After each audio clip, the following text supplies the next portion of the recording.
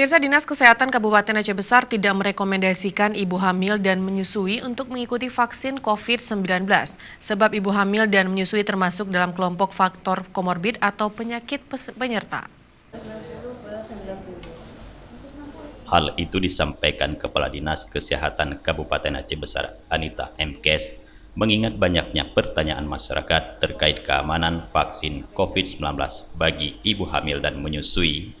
Oleh sebab itu, masyarakat terutama kaum ibu diminta agar tidak perlu khawatir akan efek samping dari vaksin Sinovac tersebut.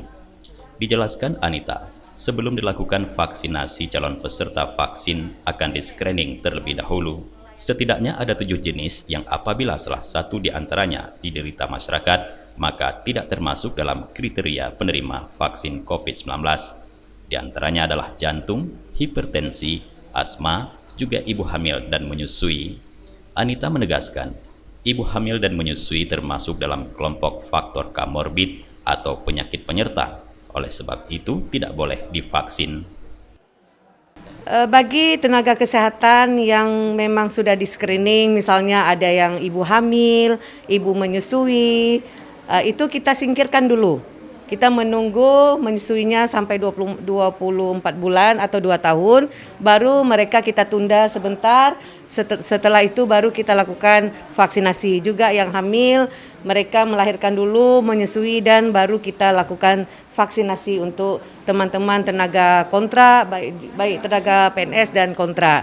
Jadi teman-teman jangan merasa takut. Memang ya teman-teman yang kontrak saya dengar pada takut semuanya, itu tidak perlu diragukan. Itu memang nggak boleh ya.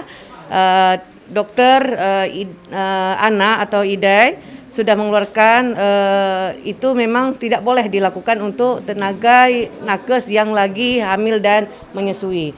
Kalau untuk yang COVID-19 yang setelah 4 bulan itu sudah boleh dilakukan. Itu bagi yang memang, kami juga tidak memaksa kepada teman-teman yang sudah terkonfirmasi COVID-19.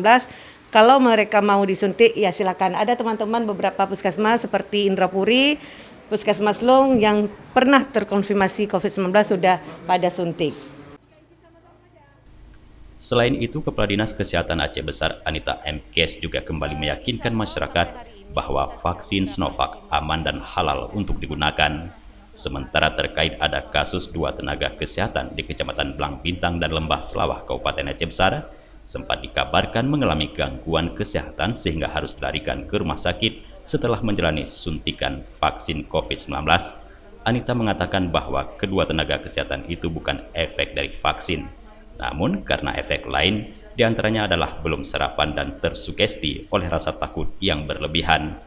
Dari Aceh Besar, Tim Liputan Aceh TV melaporkan.